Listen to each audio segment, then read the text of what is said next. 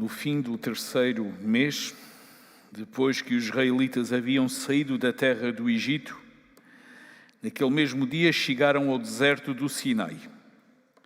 Tendo partido de Refidim, entraram no deserto do Sinai, onde acamparam, e Israel ficou acampado ali em frente do monte. Moisés subiu até Deus. O Senhor o chamou do monte, dizendo: assim falarás à casa de Jacó e anunciarás aos israelitas: vistes o que fiz aos egípcios, como vos carreguei sobre as asas de águias e vos trouxe a mim.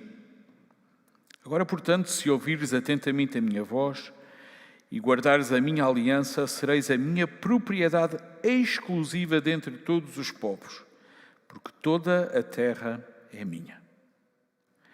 Mas vós sereis para mim reino de sacerdotes, nação santa. Essas são as palavras que falarás aos israelitas.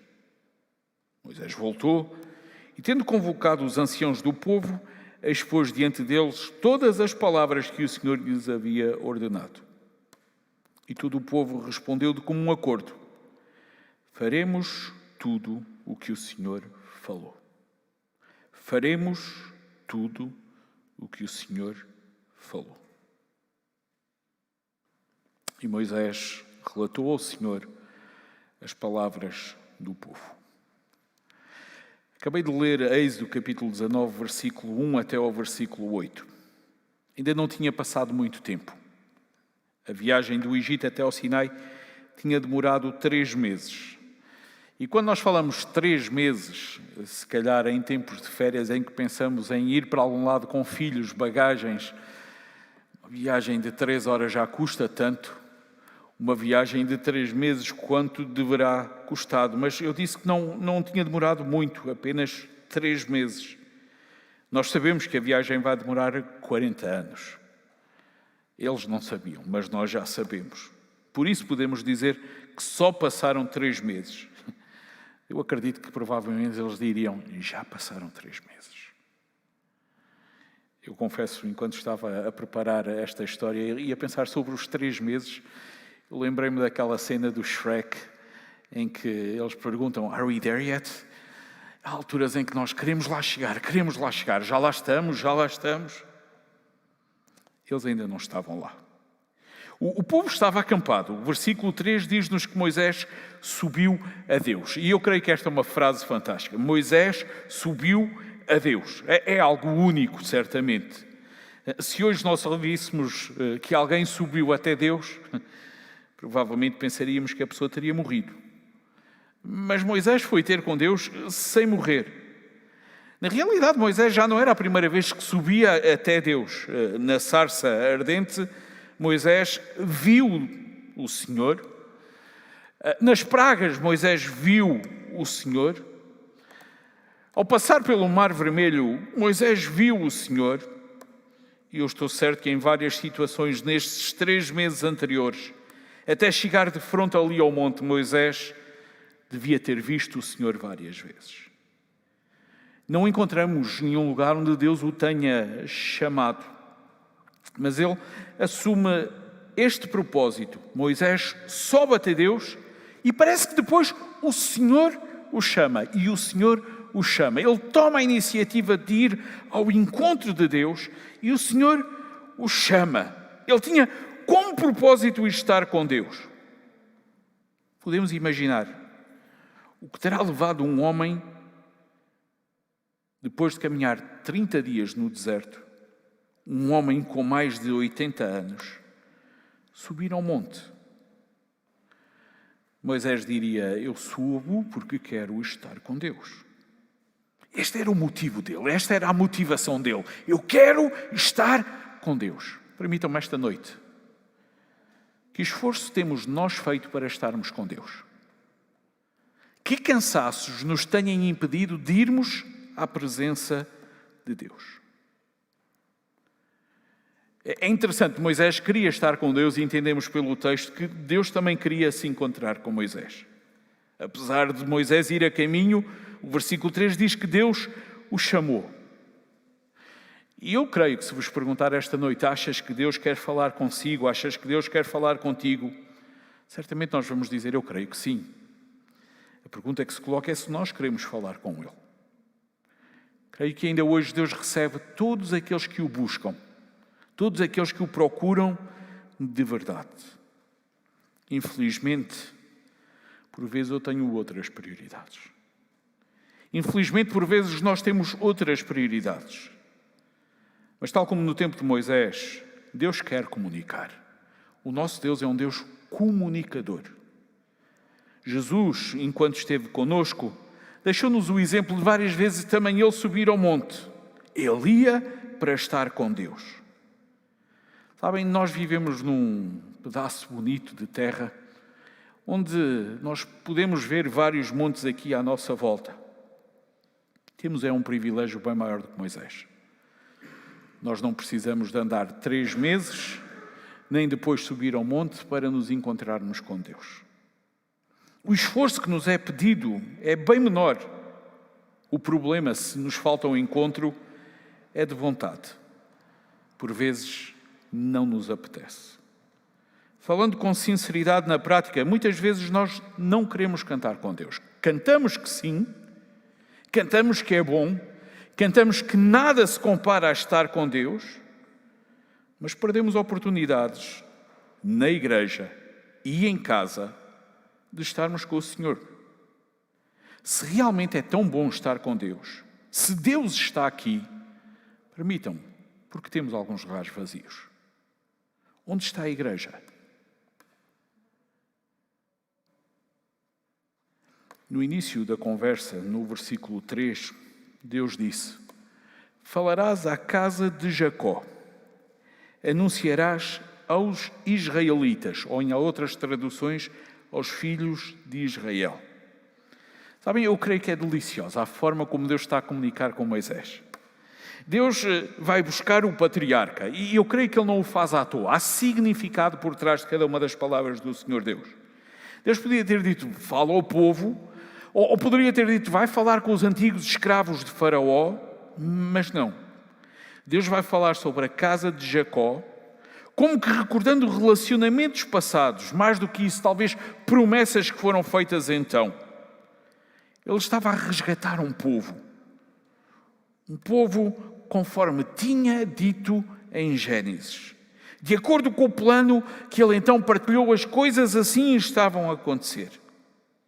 Amados irmãos, amados amigos, a caminho da terra prometida, nós devíamos ter sempre uma constante convicção que Deus nunca se esquece das promessas que fez. Buscar-me-eis e me achareis. Promessa deliciosa. Um Deus que não brinca às escondidas. Mas também aqui o cumprimento das promessas de Gênesis no livro de Êxodo a acontecerem. Ele como que vai buscar um passado longínquo. Os filhos da casa de Jacó, 500 anos atrás. Vai buscar um passado mais recente, os últimos 3 meses, no versículo 4, mostrando claramente que Ele não é um Deus ausente, mas presente, atento e cuidadoso. Vistes o que eu fiz aos egípcios, como vos carreguei sobre asas de águia e vos trouxe até mim, a caminho da terra prometida. Eu e tu, nós precisamos de entender que não há ausências no tempo da presença de Deus. Não há um momento na história onde Deus não esteja presente. O versículo 5 traz a história até ao presente. Olhem com atenção para este versículo. As versões mais antigas concordam todas a iniciar o versículo 5 com a expressão agora pois. Agora pois. A minha diz agora portanto. Sabem, esta era uma expressão que não era portuguesa, não é aquela agora pois, que de vez em quando quem chega do Brasil diz, mas eu não ouço os portugueses a dizem o pois tantas vezes. Não é isso. Esta era uma expressão que no hebraico mostrava que era urgente o que vai ser dito, ou essencial ouvir o que vem a seguir. O agora pois, ou o agora portanto, chamava a atenção do auditório. Impedia Moisés de deixar para amanhã ou para depois aquilo que ele iria ouvir. Não era um desafio para as gerações futuras. Não era algo para ser praticado a posteriori. Deus requeria a compreensão imediatamente das suas palavras. E Deus diz assim: agora, pois, se diligentemente ouvires a minha voz, ou se ouvires atentamente a minha voz. Parece que Deus dá a hipótese de ouvir ou não ouvir.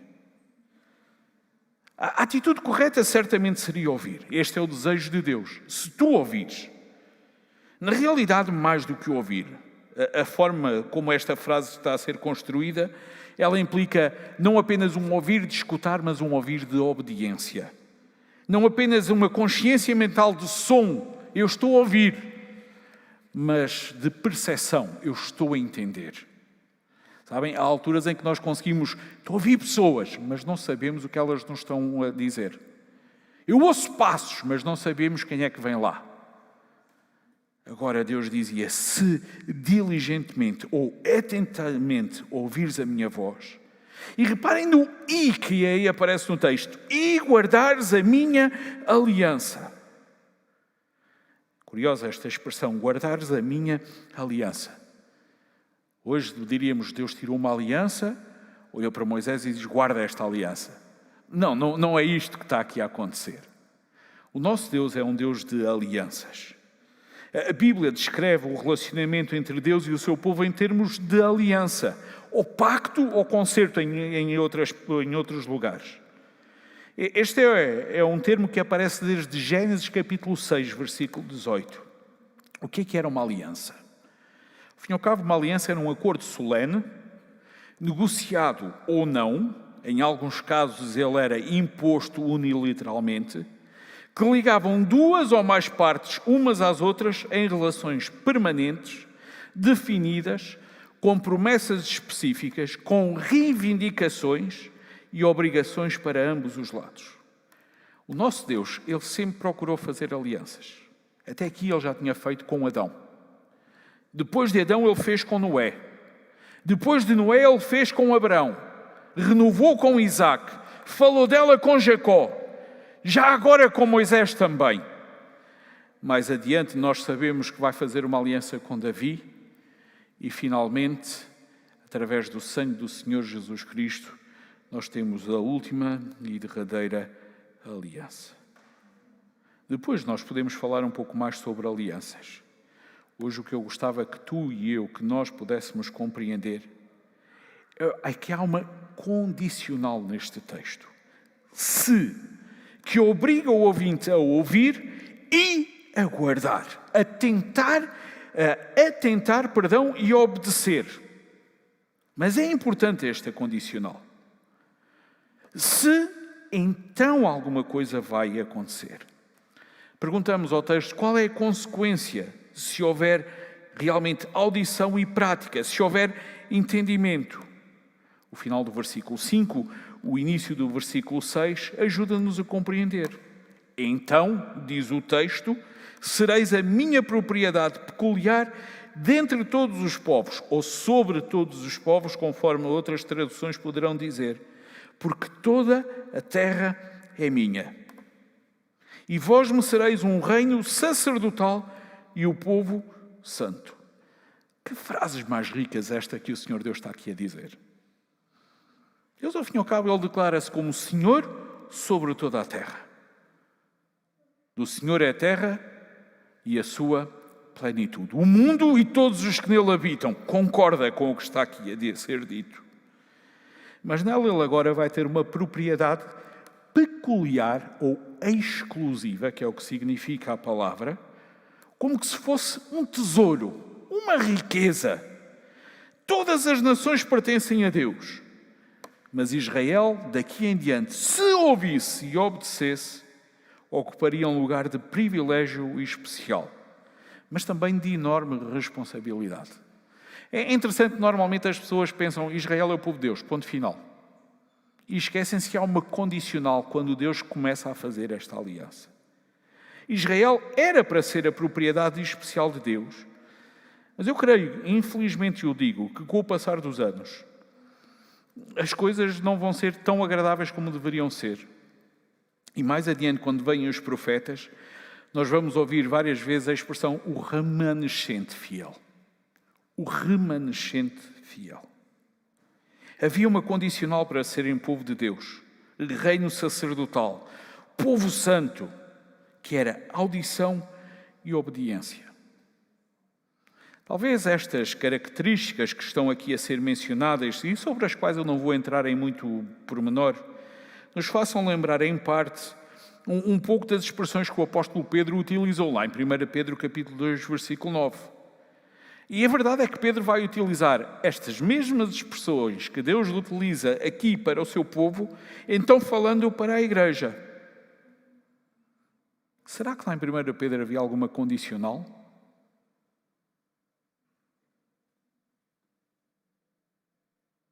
Havia ou não havia?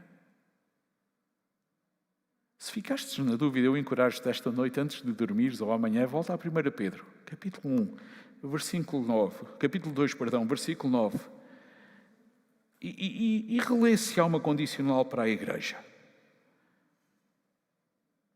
Chama a atenção que o se, o e o então, nesta passagem devem ser levados muito a sério.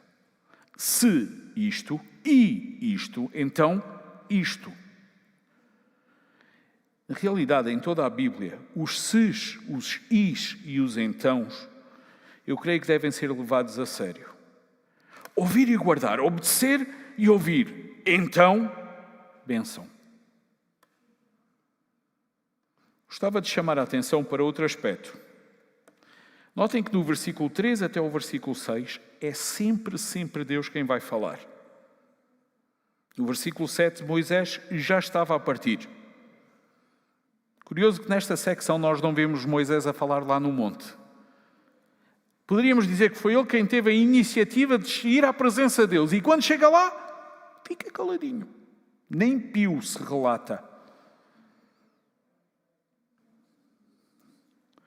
Moisés foi ao monte, mas permaneceu calado.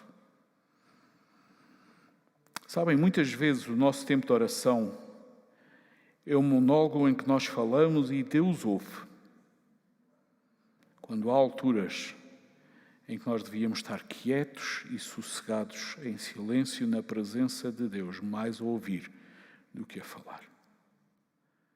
Ainda que Deus nos diga, falem comigo sem cessar, ou orem sem cessar. Mas eu creio que, igreja, nós precisamos de aprender que a caminho da terra prometida é necessário, urgente, momentos para nos aquietarmos na presença de Deus. A digerir, a meditar na sua palavra. A oração não deve ser feita em contrarrelógio. A leitura e a meditação não devem ser feitas a correr. Tu tens tido tempo para estar com Deus?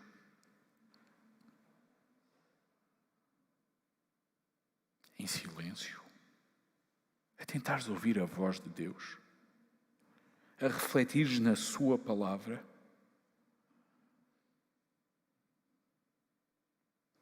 Deus falou. Moisés ouviu. Desceu o monte. Reparem no versículo 7, diz que Moisés voltou, convoca uma assembleia dos anciãos do povo e o texto diz que ele expôs diante deles todas as palavras que tinham ouvido. Reparem que não foi apenas algumas palavras, não foi apenas a melhor parte. Moisés não faz um resumo. Ora, vou-vos resumir aquilo que Deus me disse. Não foi um sumário. O texto diz que Moisés falou todas as palavras. Moisés foi incumbido de uma missão. Leva estas palavras ao povo. E ele desce e obedece. Ele já estava a fazer aquilo que lhe era pedido, ouvir e obedecer. Vai lá falar e ele começa logo ali a obedecer. E naquele momento, ouvir Moisés, os anciãos, o povo, eles tiveram que tomar uma decisão. Sabem, quando nós paramos perante o Deus da palavra e perante a palavra de Deus, quando nós nos aquietamos, a palavra desafia-nos. Eu creio que ainda hoje ela nos lança muitos desafios. Desafios que nos levam a ter que tomar decisões. Desafios que nos levam a ter que fazer escolhas. Raramente nós ouvimos a palavra de Deus e ficamos onde estamos ou como estamos. Ela desafia e leva-nos à mudança. Ela, na realidade, opera mudança em nós. O terreno para os 10 mandamentos aqui já estava a ser preparado. Mas antes de dar os 10 mandamentos, antes de chegar à lei, Deus começa a dizer, olha, é preciso vocês ouvirem e obedecerem se querem ser o povo sacerdotal. Se vocês querem ser uma nação separada, se vocês querem ser um povo santo. Deus iria falar e Ele como que pede atenção e predisposição para a obediência. E sabem, eu creio, igreja, que ainda hoje Deus nos diz assim. Escuta com atenção a minha palavra. Ouve, mas ouve para obedecer. E naquele dia, a resposta do povo foi unânime e total. O texto diz que o povo respondeu a uma voz. Então, todo o povo respondeu de comum acordo, diz aqui a minha tradução. Uma aliança de comum acordo. Tudo o que o Senhor tem falado, faremos. Tudo o que o Senhor tem falado, faremos. Sublinhem esta expressão. Sublinhem esta expressão porque este deveria ser o moto. Esta deveria ser a frase-chave da nossa igreja. O que Deus manda, nós fazemos. O que Deus fala, nós faremos. Ainda hoje Deus nos desafia através da sua palavra. Ainda hoje Deus fala conosco. A pergunta que se coloca é a caminho da terra prometida. O que faremos nós com a palavra de Deus? E chegamos ao momento, salvo erro, 22º estudo, a caminho da terra prometida, em que tu hoje tens que decidir o que faremos. Ouvimos e obedeceremos? Será este também o nosso compromisso? Naquele dia de boca, o povo prontamente assumiu. Mas sabem que compromissos assumidos de boca não fazem alianças. Compromissos assumidos apenas de boca não fazem alianças. Eles dizem, faremos tudo o que o Senhor mandar.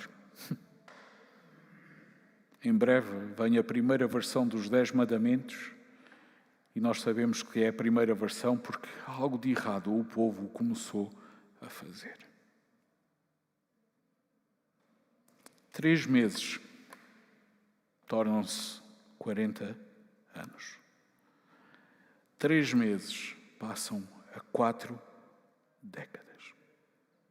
De boca, prontos para dizer, nós vamos fazer tudo o que Deus manda. Na prática, não. Esta noite seria muito fácil eu dizer, quero assumir um compromisso de fazer o que Deus manda, ficar de pé. Quem quer fazer um compromisso de querer fazer o que Deus manda, a levantar o seu braço. Quem quer ser fiel, ser santo como Deus é santo, porque Deus é santo, a manifestar-se. Mas compreendo, olhando para esta passagem, que de boca é muito fácil. Por isso eu gostava que, enquanto o grupo de louvor vai tocar o próximo cântico, cada um de nós pudesse ficar sentado a falar com Deus. E se a letra deste cântico que nós vamos cantar para terminar este momento de meditação é o nosso desejo, que tu possas então cantar. A letra diz assim, Senhor, meu desejo é te honrar e de coração te adorar. Com tudo o que há em mim, te dou louvor, a minha adoração é só para ti. Te dou meu coração, todo o meu ser, para ti quero viver. Todo o meu respirar, por onde eu andar, faz tua vontade em mim. Pelo menos eu creio que é assim a letra. Faz tua vontade em mim. Tudo o que o Senhor falar, eu vou fazer. Vamos a isso? Continuamos a caminho da terra prometida, ouvindo e obedecendo o Senhor. Que Ele a todos nos abençoe.